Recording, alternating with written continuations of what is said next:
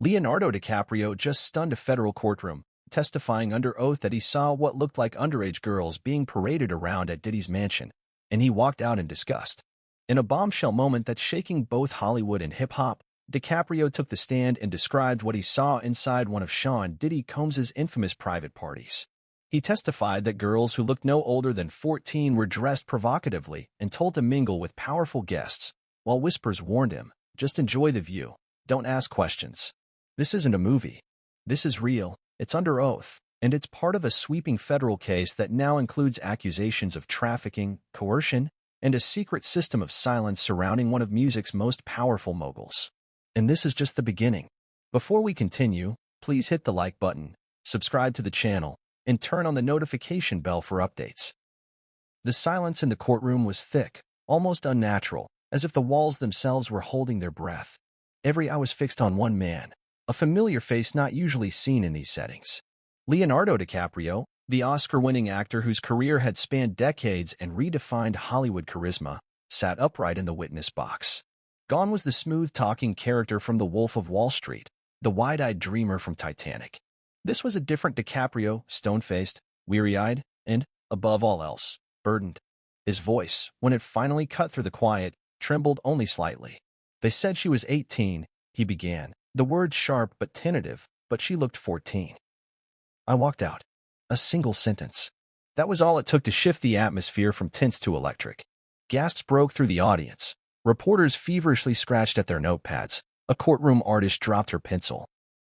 Even the presiding judge leaned forward slightly, absorbing the weight of what had just been uttered.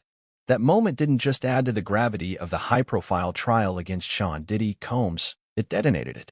For weeks, the trial had already captivated the nation, ensnaring the attention of the media, legal experts, and millions of observers. What began as a single civil lawsuit had ballooned into an unprecedented legal battle involving federal charges of human trafficking, racketeering, blackmail, and coercion, each one more explosive than the last. But no one, not even the most seasoned journalists embedded in the courthouse trenches, could have predicted that Leonardo DiCaprio would take the stand, much less deliver testimony that would unravel layers of secrets Hollywood had fought desperately to keep buried. The courtroom sketch of DiCaprio, hands clasped, jaw clenched, a furrowed brow revealing decades of guarded truths, would become the image plastered across news sites within minutes. But behind the viral headlines and sensational clickbait was a story far more unsettling. It wasn't just that one of the world's most famous actors had spoken out against one of music's most powerful moguls. It was what he had seen, what he had chosen to remember, and, perhaps most telling of all, what he had chosen to forget until now. DiCaprio wasn't subpoenaed without reason. His name had surfaced quietly, whispered behind closed doors by witnesses too scared to speak on the record. There were murmurs about a party at Diddy's sprawling Los Angeles mansion, a party unlike the glitzy red carpet after-parties or awards night celebrations most celebrities attended. No, this gathering was different. It was invitation only, known only to a privileged few, and attended by people with more to lose than gain. When federal agents began connecting the dots between reported sightings, social media footprints, and leaked guest lists, Leonardo DiCaprio's name came up again and again. His attorneys fought to keep him out of the spotlight, arguing he was neither a perpetrator nor a key player. But the Department of Justice disagreed. They wanted his account, not for salacious gossip, but because it might unlock a pattern. DiCaprio hadn't just been at the party, he had seen something. By the time the actor walked into the courtroom, security had doubled. Prosecutors had already cleared the airwaves, demanding silence from witnesses, phones from the press, and patience from a public used to drama being fed in 15-second increments. This wasn't entertainment. This was testimony under oath. The man who had played kings, con men, and revolutionaries would now play himself, and the stakes were terrifyingly real. In a testimony that lasted over 4 hours, Leonardo detailed his invitation to the party, a spur-of-the-moment text from a fellow actor, name withheld from public transcripts. He described arriving at the mansion, the long driveway packed with luxury cars, the valet who recognized him instantly. Inside, there was champagne, gold lighting, slow jazz bleeding into deep house. Girls floated between rooms like butterflies, scantily dressed, giggling too loudly, eyes glazed in ways that suggested more than intoxication. He noted one girl in particular. She smiled at him. Her braces caught the light. That detail struck the courtroom like a lightning bolt. Braces. Not a necklace, not heels. Braces. It wasn't just that she looked young. It was that she had no business being there. He asked someone nearby who she was. The reply was casual. She's good. 18. Everyone here is. But even as the words settled, Leo said he felt the heat rise in his chest. A voice in his head told him to get out. And so he did. He finished his drink, said nothing to anyone, and left. That, he admitted, had haunted him. Not what he saw, but what he didn't do. What he didn't say. What he allowed to continue. For years, Dicaprio remained silent. Hollywood was a city built on silence. Allegations floated like fog, but never settled. Big names didn't name bigger names. That was the unwritten rule. But this trial was different. It wasn't just Diddy in the crosshairs. It was the entire culture of power, privilege, and protected depravity. When survivors began testifying, when photos leaked, when NDAs were ripped apart by federal subpoenas, Dicaprio realized silence was no longer an option. His team contacted the prosecutors. He would testify, and testify he did. His words didn't accuse Diddy directly of criminal acts that night, but they pulled back the velvet curtain. They painted a picture. A damning portrait of a man with access, influence, and too many secrets. And worse, they hinted at a normalized ecosystem where young women, sometimes girls, were mere decor for rich men's egos. Dicaprio's testimony was not just evidence. It was a reckoning. The public's response was immediate. Social media erupted. Some praised his courage, finally, a star with integrity. Others questioned the timing. Why now? Why not years ago? Pundits debated whether his words would stick or fade into yet another chapter in Hollywood's long history of ignoring its own rot. But those in the courtroom saw something different. They saw a man cracking under the weight of witnessing something evil and saying nothing. They saw a man who, for all his wealth and fame, seemed smaller somehow, as if carrying truth for too long had been his back. And the prosecution? They saw an opportunity. Dicaprio's account wasn't just symbolic, it corroborated timelines. It matched accounts from two other witnesses whose identities were sealed for their safety.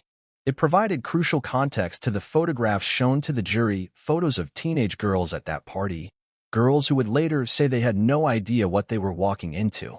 One of those girls, now 23, watched Dicaprio's testimony via live stream in a private location. Her attorney confirmed later that she broke down in tears when she heard him say, "She smiled at me. Her braces caught the light." That was her. And for the first time, she felt seen. As Dicaprio stepped down from the stand, he did not look at the cameras. He did not speak to reporters. His team shuffled him out of a side door under heavy protection. But the impact lingered like a phantom in the room. The next witness would not be heard for nearly an hour.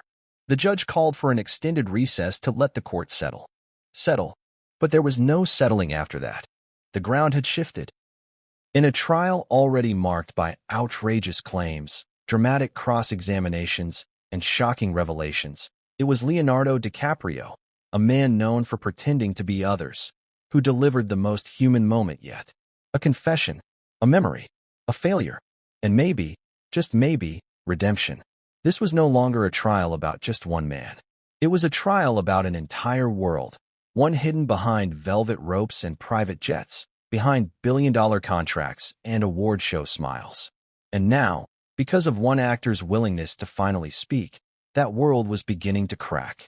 The courtroom had barely caught its breath when the next name was read aloud. Special Agent Marcus Levinson.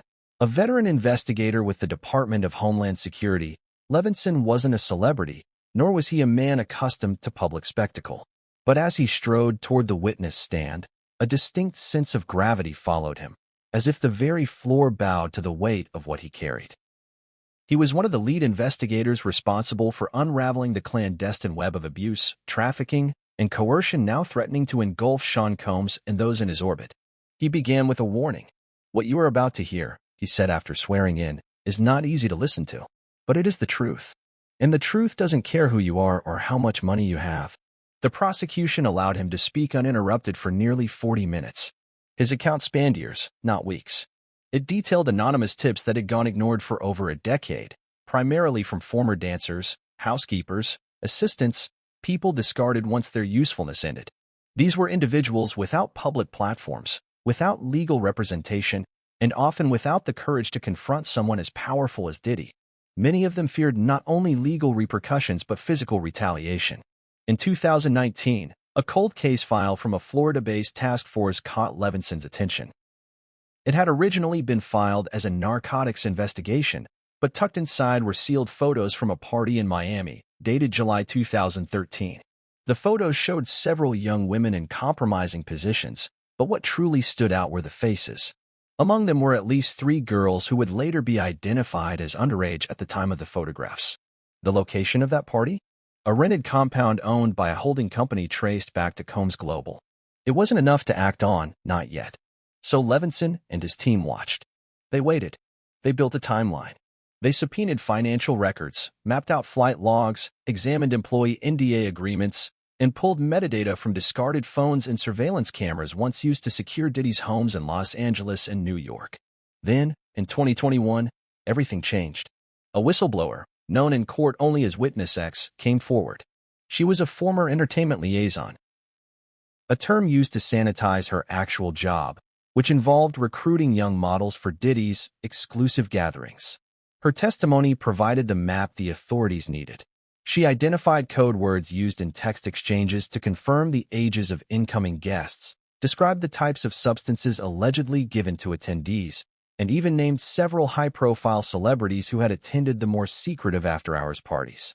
She didn't name Dicaprio specifically, but she described the night he had testified about. The girl with braces, the gold lighting, the 2-level bar with no bartenders, only servers dressed in lingerie. Levinson's agents raided 2 properties in 2023 based on her testimony. What they found was more disturbing than anyone had expected. Hidden rooms accessible only through biometric scanners, caches of unmarked pills, encrypted hard drives containing hours of surveillance footage, and a detailed ledger listing girls' names, ages, preferences, and which guests they had been assigned to. The courtroom grew more silent with every word. He displayed a blurred version of one of those ledgers on a screen. Jurors saw the layout, columns labeled name, age, city, introduced by, and, chillingly, approval, Y/N. Next to some of the names were dates and short initials. One column was titled Client Feedback. Even the judge looked visibly shaken. Levinson then described a separate incident involving a minor who had tried to escape a party in Los Angeles in 2018. According to the report, she fled the estate in the middle of the night and flagged down a neighbor who called the police. When officers arrived, she was too terrified to give them her name. But the police body cam footage caught something else. A man in a black SUV attempting to follow the patrol car she was placed in. That man was later linked to Diddy's security detail. The girl disappeared from public records shortly after being released from custody. And then came perhaps the most damning revelation of the day, a direct link between Diddy and what Levinson described as a pipeline of vulnerable girls brought in from overseas under the guise of music video auditions and fashion contracts. These girls, many of whom were between 15 and 19 years old, were housed in luxury condos, stripped of their passports, and coached on what to say if questioned. The operation, Levinson testified, bore all the hallmarks of international trafficking. The courtroom was no longer listening to a simple celebrity scandal. They were hearing the architecture of a criminal empire. At this point in the trial, the defense began to stir. Diddy's attorneys objected, citing lack of direct evidence tying their client to the day-to-day operations of the alleged ring. They painted their client as a wealthy man surrounded by ambitious people who often acted independently, sometimes immorally, and sometimes illegally, but without his consent. But the prosecution was prepared. They produced email chains from Diddy's personal account, some coded, others explicit, suggesting he was not only aware but actively involved in selecting girls for private events. One email read, "Make sure they're seasoned, not scared. No more breakdowns like last time. Keep their mouths full, keep the room loud." When questioned about the meaning of that phrase, Levinson responded bluntly. It's a reference to keeping victims subdued, either through distraction, substances, or both. Even more shocking was the revelation that 2 well-known publicists, both with clients in the A-list sphere, were allegedly complicit. According to Levinson, they were instrumental in crafting media-friendly narratives to cover up incidents. One such incident occurred in 2020 when a model was hospitalized after being found unconscious in a bathtub at one of Diddy's Hamptons properties. At the time, the story released to TMZ was that she had a bad allergic reaction to shellfish. Medical records, however, indicated a high level of sedatives in her system and no shellfish. A shell of lies, indeed. Throughout the testimony, Dicaprio's earlier words hung in the air like fog. His simple, haunting observation of a girl who didn't belong had set the tone, but Levinson's testimony provided the infrastructure. It confirmed the party was not a one-off incident, but a recurring, well-orchestrated component of a much darker enterprise. Journalists scrambled to update their stories, adjusting headlines to reflect the scale of what was unfolding. No longer was this trial just about Diddy. It was about a system, carefully maintained, dangerously protected, and deeply embedded in the machinery of celebrity culture. Outside the courthouse, protesters had begun gathering. Some held signs reading "Believe Survivors" and "Hollywood is complicit." But the most chilling banner, hanging from the steps of a nearby building, read simply, "How many knew?" Because that was the real question now. It wasn't just about what Diddy allegedly did. It was about who else was there. Who else saw? Who else stayed silent? Levinson ended his testimony with a statement that echoed like a final nail being hammered in. You don't build a machine like this alone. You build it with silence, with complicity, with money. You keep it running with fear. The judge called for recess. People filed out in stunned silence. Even Diddy, usually stoic, seemed to visibly recoil as he heard agents piece together the criminal skeleton of his empire. His legal team huddled close, whispering fast and low. Some jurors wiped their faces. The prosecution sat stone-faced. In a single day, the tone of the trial had shifted from sensational to historic. This wasn't just a courtroom drama anymore. It was a reckoning. While the courtroom still echoed from Agent Levinson's thunderous revelations, the prosecution was ready to plunge even deeper into the abyss of secrets. They called their next witness, a name that had until now existed only in hushed rumors, sealed affidavits, and the confidential pages of blacklisted NDAs. She was introduced only as Jane Doe 14. The bailiff opened the side door and a woman, tall and pale with tightly clasped hands, emerged. Though her face was obscured from the public by court order, the posture, the trembling lips, and the slight limp in her step told volumes. This was not someone chasing attention. This was a survivor clawing her way out of the shadows, dragging behind her a history the world wasn't ready to hear. She sat down, adjusted the microphone, and for a moment, just a moment, the entire courtroom forgot about Leonardo DiCaprio, Puff Diddy, and the swarm of reporters outside. All eyes were on her. I was 17 when I met Sean Combs, she began, her voice barely more than a whisper. She wasn't a model or an aspiring singer. She had no interest in fame. She'd been working a part-time job at a hotel in Miami when she was approached by a woman in a tight black dress and a clipboard who asked if she wanted to earn some money, just for standing around looking pretty, at an event later that week. Jane said she was hesitant but needed the money. Her family had been struggling. Rent was overdue. Food was a daily question mark. So she said yes. That one decision, she testified, changed everything. She was picked up in a black SUV with tinted windows, driven to a private residence she later learned was owned by a real estate shell company linked to Combs. The gate required facial recognition. She said she remembered this clearly because the driver had to take a photo of her face when she asked about the scanner. Inside the mansion were about 25 girls, some older, some younger. They were all asked to sign forms, waivers, NDAs, contracts that blurred the line between employment and consent. Most of them signed without reading. When Jane hesitated, a man whispered to her, "It's just legal stuff. If you don't sign, you can't stay." She signed. What followed, she said, was not a party but a carefully constructed machine. She described a layout similar to what Leonardo had previously mentioned. Bar stations, but no bartenders. Rooms that locked from the outside. Attendants walking around with small trays of what appeared to be candy, but were in fact designer drugs. Molly, GHB, ketamine. She recognized some of the attendees, rappers, producers, one Oscar-winning actor, and a few famous athletes. But what struck her most, she said, was how ordinary they all acted. As if what was happening. At around midnight, Jane claimed she was called upstairs by a man with a clipboard and headset. He told her Diddy wanted to meet her. She asked why. The man replied, "He likes new energy. Don't overthink it." In the room, she said Diddy was seated on a leather couch surrounded by 3 other women. He asked her how old she was. She lied and said she was 19. He nodded and told her to sit beside him. Within minutes, a drink was handed to her by one of the women. She said it tasted strange and burned her throat. I remember laughing at things that weren't funny. Then I remember nothing. The next morning, she woke up in a room she didn't recognize, alone, sore, and half-dressed. Her phone was missing. When she asked a staffer about it, she was told she had violated house rules by falling asleep in the wrong area. She was escorted out without her phone or shoes. The next day, a prepaid Visa card with $5,000 appeared in her bank account.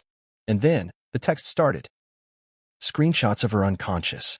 Threats that if she spoke out, the photos would be sent to her family. She was told, "We know where you live. Don't become a liability." She dropped out of school within the year. Her family thought she'd simply lost direction. They had no idea what had happened. She moved between cities, attempted suicide twice, and finally found herself in a trauma center in Portland where, during a group therapy session, she met another woman who said she had a similar experience at the same house with the same man, with the same threats. It was then, she said, that she began to realize this wasn't an isolated event. This was a system. When asked by the prosecutor how she found the courage to testify, her answer shook the gallery. I watched Leonardo Dicaprio testify, and I remembered, I wasn't crazy. That night happened. Someone else saw it. And if he can speak, so can I. The courtroom erupted into stunned silence once again. Her cross-examination by the defense was brief but brutal.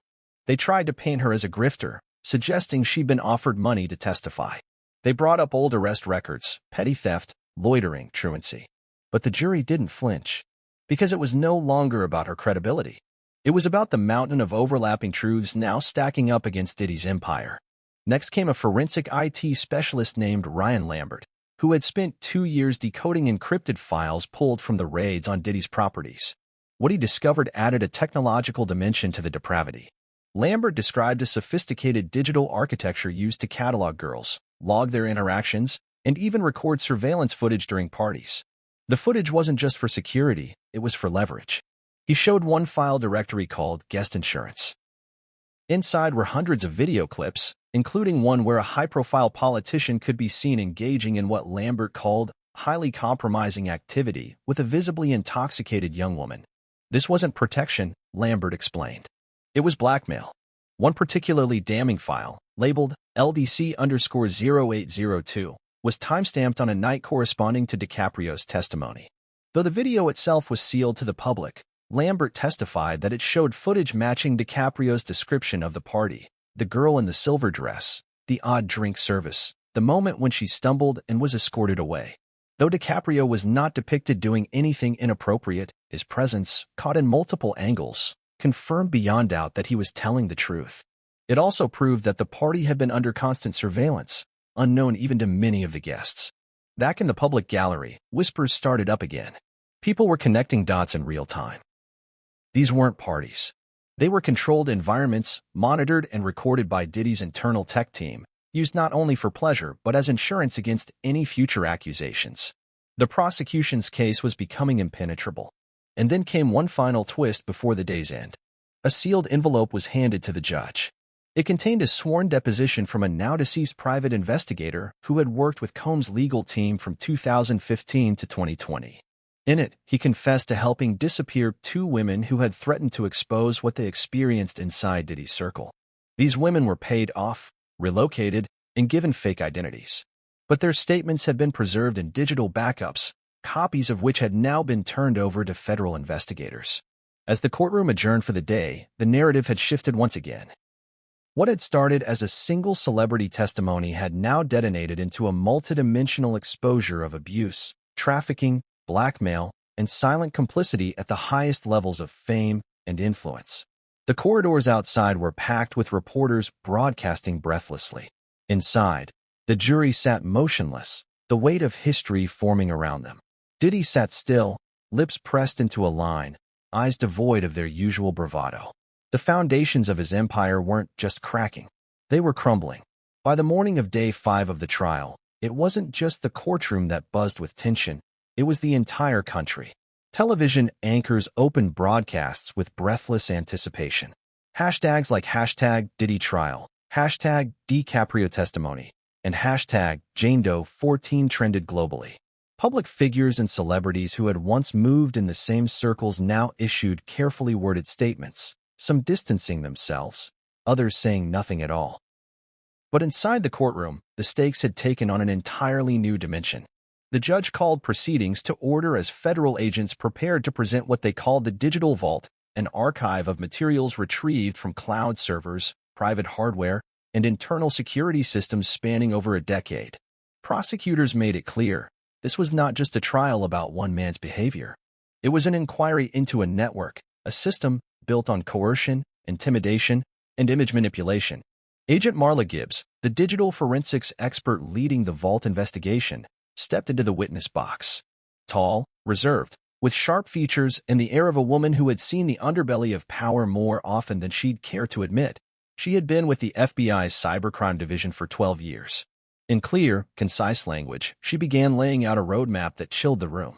Sean Combs, she began, did not operate in isolation. He had a digital infrastructure comparable to small intelligence agencies. The goal of this infrastructure was twofold: to protect his image and to ensure silence.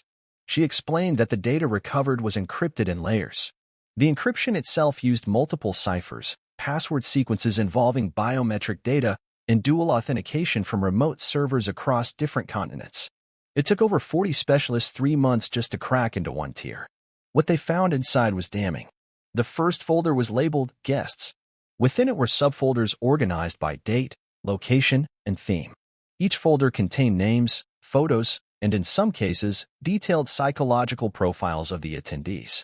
Cross-referenced with journal entries and surveillance, these profiles included things like substance preferences, emotional triggers, vulnerabilities, and preferred forms of intimidation. One entry read, "LD likes to observe, drink slowly, quiet demeanor. Avoid direct pressure, let him feel safe." Though the initials were ambiguous, the room immediately suspected who LD referred to. Prosecutors didn't clarify. They didn't need to. The next folder was more ominous. It was simply titled Assets. This folder included videos, audio recordings, transaction logs, and screenshots. Many were marked with stars, presumably indicating value. Agent Gibbs read aloud from a summary report. Audio file 47B: conversation with unidentified female celebrity discussing minor at event. Video 7060: footage of city official in compromising position. Screenshot 103A: text exchange with Hollywood A-lister about suppressing article. This wasn't just about control, it was about leverage. And it was meticulously documented. The third folder brought the room to silence. It was labeled Rehabilitation. Unlike the other folders, this one didn't contain dirt. It contained damage control. Records of NDAs, payments to publicists, arranged interviews, falsified stories planted in gossip blogs to redirect negative attention, even notes from psychologists hired to help victims cope silently. The sheer audacity of it was overwhelming. Gibbs explained how this digital ecosystem extended beyond entertainment into politics, sports, and business. There were handlers, people on the payroll whose job was to escort, distract, or remove liabilities. There were cleaners, private investigators, or ex-military operatives responsible for burying damaging material. And most shocking, there were architects, tech professionals tasked with designing custom spyware, tracking devices, and hidden camera systems embedded in everyday objects. One such object was shown to the jury: a perfume bottle with a concealed microlens capable of recording 4K video and streaming it in real time to a secure cloud server. At this point in the testimony, one juror audibly gasped. The judge asked for composure. The prosecution then turned the focus to the economic machine behind this system. They introduced forensic accountant Denise Marquez, who walked the jury through a labyrinth of offshore accounts, shell companies, and cryptocurrency wallets. Marquez testified that over $42 million in hush payments had been distributed over the last 15 years, most of it untraceable until now. These payments were linked to settlements not disclosed in any legal register, often facilitated through third parties or disguised as consulting fees. One such transaction led directly to a woman who had disappeared in 2017 after alleging abuse at a party hosted by Combs.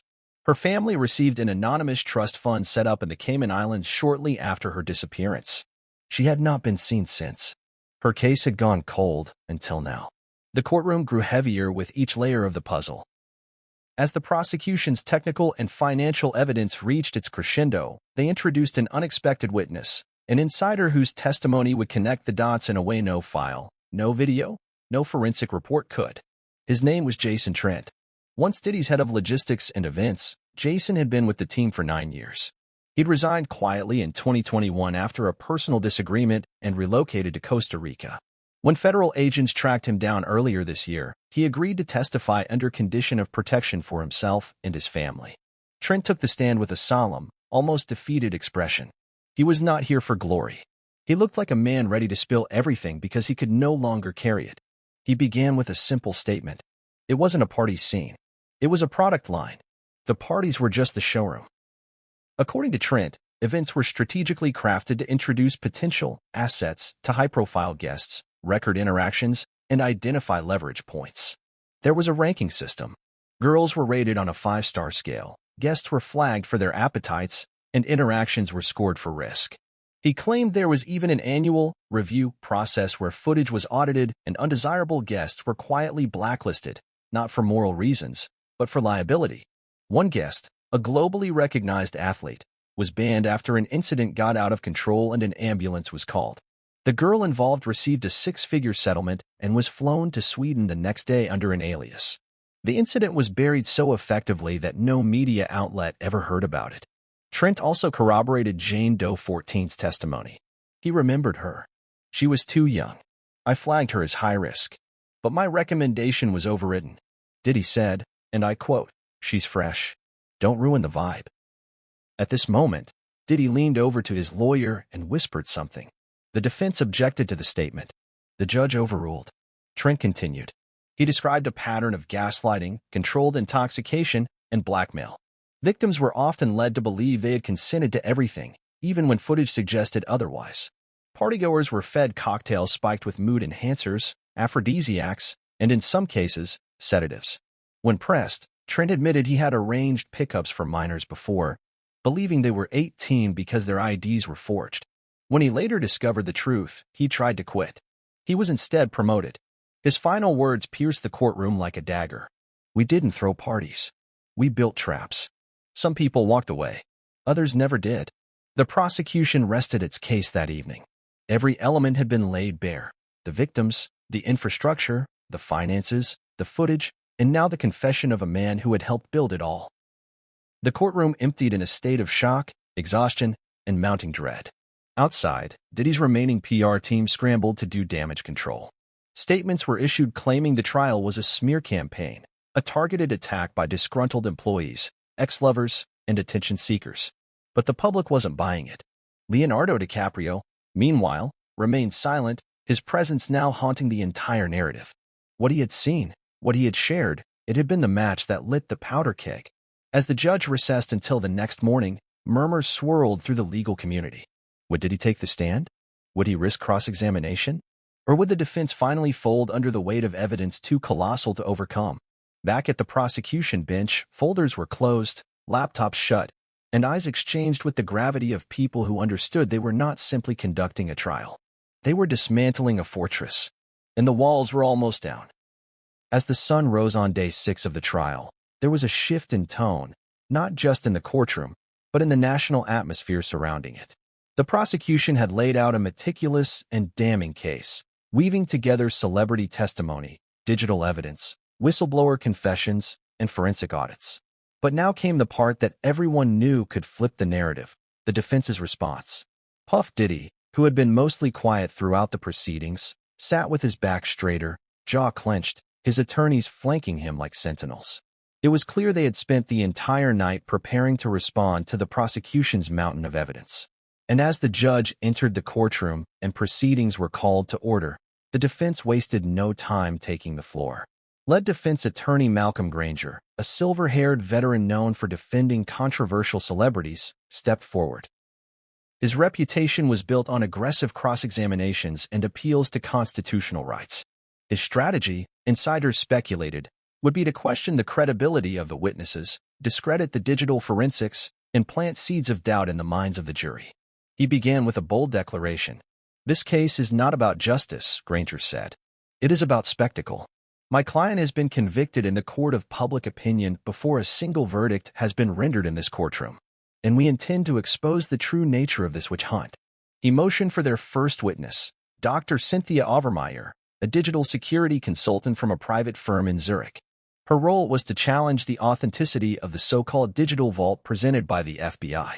She had not previously appeared on any filings, which meant the defense had withheld her identity until the 11th hour, a risky but legal maneuver. Dr. Overmeyer began her testimony with a breakdown of metadata manipulation. In cases of high-profile digital leaks, she said, metadata can be altered with relative ease by someone with high-level access. The fact that the FBI claims these files were triple encrypted and yet accessed within 3 months raises red flags. We cannot confirm that the materials presented were unaltered or even authentic. The prosecution objected immediately, citing the chain of custody and forensic procedures. But the judge allowed Overmeyer's testimony to continue, warning the jury that they must weigh her credibility against that of the federal experts presented earlier. Granger then moved to discredit Jason Trent, the whistleblower who had described Diddy's parties as traps. "What was your severance package when you left Combs Enterprises?" Granger asked. "I didn't receive one," Trent replied. "Because you were terminated for misconduct, were you not?" "No, I resigned." Granger produced a document showing a formal HR complaint filed by a junior staffer accusing Trent of inappropriate behavior in 2020. The prosecution objected again, calling it irrelevant and prejudicial. The judge allowed limited questioning. Granger seized the moment.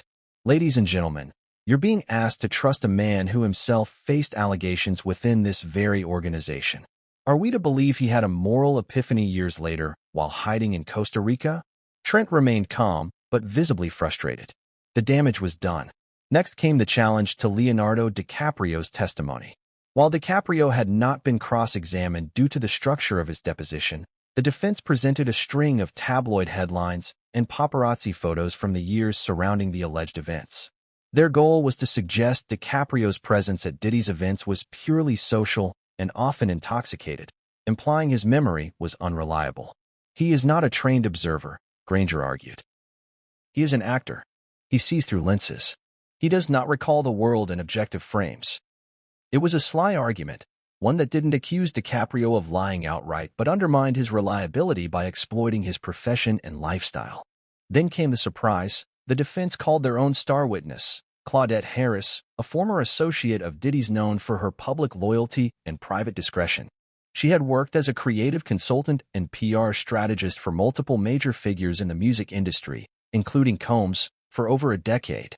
Claudette was poised, articulate, and clearly media-savvy. She wore a muted gray suit, no makeup, hair tightly pulled back, a deliberate image of seriousness. She began by saying, "I have been in rooms with Mr. Combs during parties, business meetings, and quiet retreats. I have never once seen him harm anyone. What I have seen are people attempting to gain proximity for personal gain." She told stories of clout chasers, women who faked pregnancies, ex-employees who tried to blackmail the company, and media outlets that demanded money to bury unflattering articles. Her narrative painted Diddy not as a predator, but as a target, a man too famous and too wealthy to be anything but vulnerable in the court of public perception. Granger pressed her to speak about Jane Doe 14. "I don't know her personally," Claudette said, "but I do know how NDAs are used in this industry. They're protection for both parties. Sometimes people sign them willingly, then turn around years later and claim they were coerced." The implication was clear. The alleged victims had agency, and now they were revising history. When the prosecution cross-examined Claudette, they asked whether she was ever present during the specific nights in question. "I was not," she admitted. "Then you cannot say what did or did not happen, can you?" "I can say that it doesn't match the man I worked with." But on redirect, Granger scored again. "Ms. Harris, have you ever been paid by Mr. Combs to lie?" "Never." "Would you?" "Absolutely not." It was enough to plant reasonable doubt, or at least muddy the waters. But the defense wasn't finished. They called in 2 additional witnesses, Dr. Hayden Purcell, a behavioral psychologist, and Damian Wexler, a retired entertainment lawyer. Dr. Purcell's testimony focused on memory contamination, explaining how trauma, media influence, and therapy can lead to reconstructed or exaggerated memories. His aim was to cast uncertainty on the victim's recollections. "People remember feelings, not facts," he said. "And when a narrative is repeated publicly enough, it can become internalized." Wexler followed with a legal analysis of NDA enforcement and settlements. insisting that paying money to silence someone was not inherently an admission of guilt. Celebrities settle frivolous claims every day to avoid the costs of litigation and reputation damage. That's the reality of the industry. While the prosecution team looked increasingly uneasy, they seemed to have anticipated this approach. They didn't object heavily, choosing instead to let the defense talk. Their strategy, it appeared, was patience. Still, by the end of day 6, it was clear the defense had landed some critical hits. They had challenged the reliability of key witnesses, offered an alternative explanation for the digital files, and introduced expert testimony designed to create doubt in the jury's mind. But what they hadn't done, what they couldn't do, was explain away the videos, the surveillance footage, the bank transfers, the recorded threats. The prosecution had made sure to enter those into evidence early on. They remained in the jurors' minds, replaying like a silent chorus beneath the defense's counterarguments. Outside the courthouse, protesters and supporters clashed. Some carried signs calling for Diddy's conviction. Others held posters reading "Due Process for All." News vans created a makeshift village along the sidewalk, and drone cameras hovered in the sky like curious vultures. Inside, tension thickened. The defense had one last card to play. As court adjourned for the day, Granger requested that the judge allow Sean Combs to take the stand in his own defense. The judge raised an eyebrow. "Mr. Combs understands the risk?" "He does," Granger replied. "He wants to be heard." A murmur ran through the courtroom. The man at the center of the storm, the man accused of orchestrating a decade-long campaign of exploitation and coercion, would finally speak. Reporters scrambled to adjust schedules. Media outlets planned wall-to-wall coverage. And in living rooms across America, viewers set reminders to tune in the following morning. Because when Sean "Diddy" Combs took the stand, everything could change again. Courtroom 17A at the Southern District of New York had never seen anticipation quite like this. The air was charged, not with mere interest, but with an almost tangible dread, the sort that precedes either redemption or ruin. On this day, for the first time since the explosive trial had begun, Sean "Diddy" Combs would take the witness stand. He entered the courtroom with a silence that didn't match the chaos outside. Protesters had returned in even larger numbers, victims' rights activists on one side, loyal fans and social media influencers on the other. Police barricades stretched for blocks. Live streams across YouTube, Twitch, and Instagram boomed with titles like "Diddy Breaks His Silence" and "Combs to Speak, Truth or Performance?" Major networks had paused regular programming to carry the testimony live. Diddy was dressed immaculately, wearing a subdued navy blue suit and crisp white shirt. No tie. His eyes seemed tired, but not defeated. There was a self-awareness in his gaze that suggested he understood the gravity of what was about to unfold. Taking the stand was a colossal risk. Everything he said would be picked apart by prosecutors, journalists, the jury, and the public. He wasn't just defending himself. He was defending decades of legacy, artistry, power, and wealth. And perhaps, most poignantly, he was defending whatever remained of his soul. After swearing the oath, Diddy adjusted the microphone and looked out briefly, not at the jury, but at the gallery where family, former collaborators, and a mix of supporters and skeptics sat watching. He didn't flinch. His attorney Malcolm Granger approached the podium with a demeanor of near reverence, as if preparing to lead his client through a kind of baptism by fire. "Mr. Combs," Granger began slowly, "do you understand what it means to testify in your own defense?" "I do," Diddy said, his voice steady. "You know that you are under oath?" "I do." "And you are willing to answer every question truthfully, without evasion?" "Yes." Granger stepped back slightly, letting Diddy begin to narrate his own story. "I grew up in Harlem. Single mom. Lost my father young. Everything I ever did, I did because I wanted to escape that reality. But I didn't just want to survive. I wanted to own everything the world said I couldn't." He spoke of his early years with Bad Boy Records, the drive to discover talent, his love for hip-hop culture, the long nights building an empire while others were out partying. "I was never just a rapper," he said. "I was an architect. I built something out of nothing." Then he paused. "I also made enemies along the way. A lot of them. When you're at the top, people come for you. And sometimes, they don't come at you directly. They build narratives, plant stories, find a way to make your success look like a crime." The room was quiet. Even the sound of camera shutters had ceased. Granger moved in. "Let's talk about these parties." Diddy exhaled and nodded. "Yeah, I threw parties. Big ones. Wild ones. I won't deny that. That was the culture. People came, people drank, People hooked up. But those events were never about entrapment. No one was forced. I didn't need to coerce anybody. I was Diddy. People came because they wanted to. What about the allegations that you drugged guests? That's a lie, he said flatly. I never drugged anyone. I never had to. And the secret rooms? They weren't secret, he said.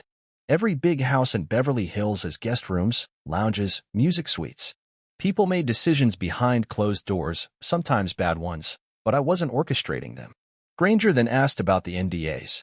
We used NDAs because of who I am, Diddy said. Privacy matters when you're dealing with celebrities, athletes, politicians. If someone wants to come to my house, hang out, network, they need to know what happens there stays there. That's not criminal. That's protection. Let's address the videos, Granger said, finally broaching the most damning piece of evidence. Diddy looked down for a moment before answering. I've seen those clips. Some of them are out of context. Some of them aren't even me. We live in a world where AI can replicate faces and voices, where private security footage can be edited and leaked. I can't explain every frame, but I can tell you that what you've been shown doesn't reflect the man I am. He added, have I been around shady people? Yeah. You can't run an empire in music and entertainment without brushing up against danger. But I didn't run a criminal network. I didn't traffic anyone. I didn't exploit people. Then came the prosecutor's turn. Assistant U.S. Attorney Lorraine Baxter stepped up like a shark smelling blood. Where Granger had coaxed and comforted, Baxter came to strip away illusions. Mr. Combs, she began, do you deny paying off multiple women who alleged assault and coercion? I deny wrongdoing, Diddy replied. Settlements were made, yes, but not admissions of guilt. Are you aware that 17 women, many with no connections to each other, have described nearly identical scenarios involving coercion, isolation, and manipulation under your watch? I've read the statements. Are they all lying? I think people can be influenced. I think people remember things in ways that benefit them. Is Leonardo Dicaprio lying? Diddy paused. I don't think he lied. I think he remembered a moment, but not the whole picture. Is Jane Doe 14 lying? She may believe her story, but it's not what I experienced. The back and forth grew more intense. Baxter projected chat logs, images, timestamps, attempting to trap him in contradictions.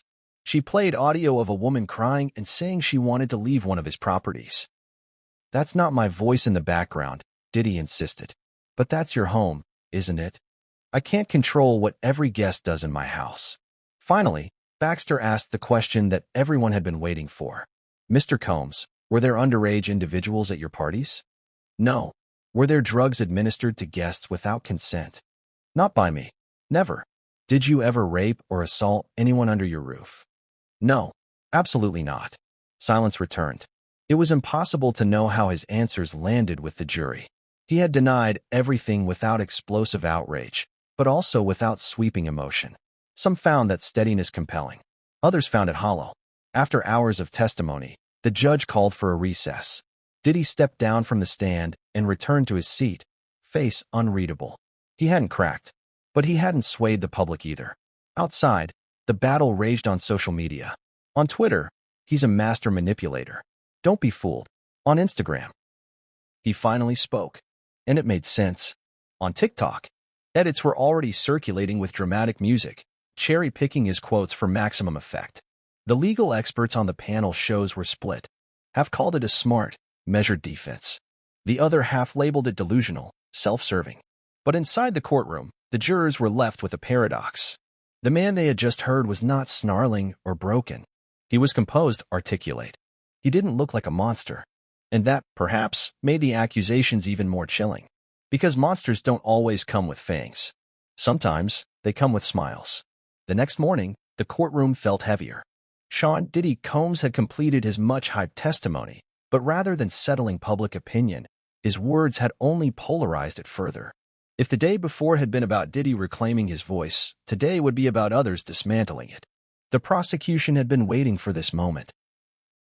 To poke holes, reveal contradictions, and show the jury that eloquence does not equate to innocence.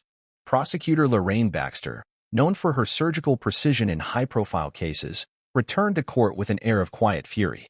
Her legal team had worked late into the night, sifting through Diddy's testimony, searching for inconsistencies, and assembling a new sequence of witnesses and evidence designed to strip away the curated image he had so carefully presented.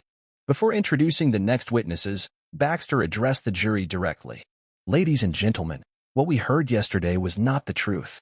It was a performance, an expensive one, choreographed with legal advisors and image consultants. But we are not here for image. We are here for justice." With that, she called her first rebuttal witness, a former employee of Diddy's, Maria Trejo, who had worked as a housekeeper at one of his Los Angeles properties for 5 years. Maria was small in stature but firm in voice. Her quiet presence brought a sharp contrast to the celebrity-laden spectacle that had preceded her. She spoke of things she had witnessed, not rumors, not allegations, but first-hand observations. "I cleaned the guest rooms after the parties," she said through an interpreter. "I found syringes in the trash. I found used condoms in rooms where only one guest was supposed to be. Sometimes, I found things I didn't know how to describe: masks, restraints, little pills in strange shapes." The defense objected multiple times, arguing that Maria was speculating, but Baxter remained within the bounds of admissible testimony. "Did you ever see any guests who appeared distressed?" Baxter asked. "Yes," Maria said without hesitation. "Many times, especially women. Some were crying. Some were vomiting. I once found a girl locked in the bathroom. She said she was scared to leave." "Did you report it?" "No. I was told never to speak about anything I saw." "Who told you that?" "Mr. Combs, head of security. But once, Mr. Combs himself said to me, 'This house is not your business. Just clean it.'" The courtroom reacted audibly. The judge called for silence. Following Maria came another witness, a former backup dancer named Kiara James, who had performed on tour with Diddy in the early 2000s and had attended multiple private events at his homes between 2015 and 2019. Kiara was poised, dressed in professional attire, and spoke with a rehearsed but undeniable passion. "I was invited to those parties thinking they were networking opportunities. But once you were inside, it was like a different world. It was seductive, yes, but also dangerous. If you didn't play along, you were cut off. If you complained, you were blackballed. And if you talked, God help you." She detailed one specific night where she witnessed a young model, whom she knew to be only 17, being escorted into a private room by 2 of Diddy's associates. She was drunk, slurring, barely standing. "I tried to intervene, but one of the guys told me, 'You don't want to mess up your bag.' That's what they always said. Don't mess up your bag." It was code for stay silent. Baxter then introduced a short surveillance video from one of Diddy's homes. One the defense had argued was inadmissible, but the judge had allowed on limited grounds. In the grainy clip, a group of young women are seen being led into a side hallway by security staff. The timestamp matched a date from Kiara's journal entry, submitted earlier as evidence. "I don't know what happened behind those doors," Kiara said, "but I know what it felt like. You were either useful to them or invisible." The testimony wasn't just damning, it was systemic. It painted a picture of an operation, not a party, of silence enforced not by weapons, but by fame, money, and fear. Outside the courtroom, reactions reached a fever pitch. Mainstream news channels began running round-the-clock updates. Think pieces emerged almost hourly. The fall of an icon. What Diddy represents in hip-hop culture. Power, silence, and the cult of celebrity. Opinions split not just across demographic lines but ideological ones. Some called it a long-overdue reckoning, others warned against the dangers of trial by media. Back inside, the prosecution introduced an unexpected piece of evidence, a voice memo. This memo, Baxter said, holding up a digital recorder, was submitted anonymously last week. "After a thorough verification process, we believe it is authentic. The voice is that of Mr. Combs." She played the recording. It wasn't loud or clear, but it was undeniably Diddy. "They think they can talk now? After all the things I gave them? I made them. And now they want to flip the script. Let them try. I got tapes. I got receipts. They come for me. I burn everything." The room froze. Defense attorney Malcolm Granger objected furiously, claiming the audio lacked context and could be manipulated. But the damage had been done. It wasn't what Diddy said, it was how he said it. Cold. Calculated. As if prepared for war. By now, even the most casual observers could feel the tide turning. A third witness was called, an entertainment executive named Robert Glass, who had once brokered distribution deals for Bad Boy Records. His testimony wasn't about abuse, it was about the infrastructure that enabled it. I saw the ecosystem, he said. NDAs weren't just used, they were weaponized. Contracts had morality clauses so tight, one slip and a young artist lost everything.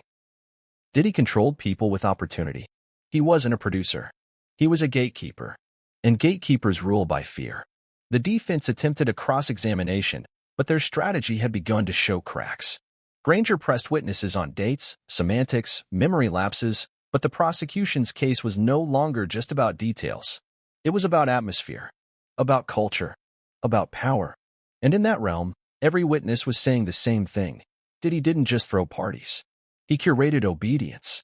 Meanwhile, the jury sat stone-faced, now holding notebooks filled with pages of handwritten impressions, quotes, and contradictions. What once seemed like a battle of facts had morphed into a moral referendum. Could a man who brought Biggie Smalls and Mary J. Blige to the world also be the architect of horror behind closed doors? That afternoon, Baxter made a motion to bring forward 2 more witnesses previously under protective order. After a brief chamber session, the judge agreed. Jane Doe 11 and Jane Doe 19. Their identities remained protected.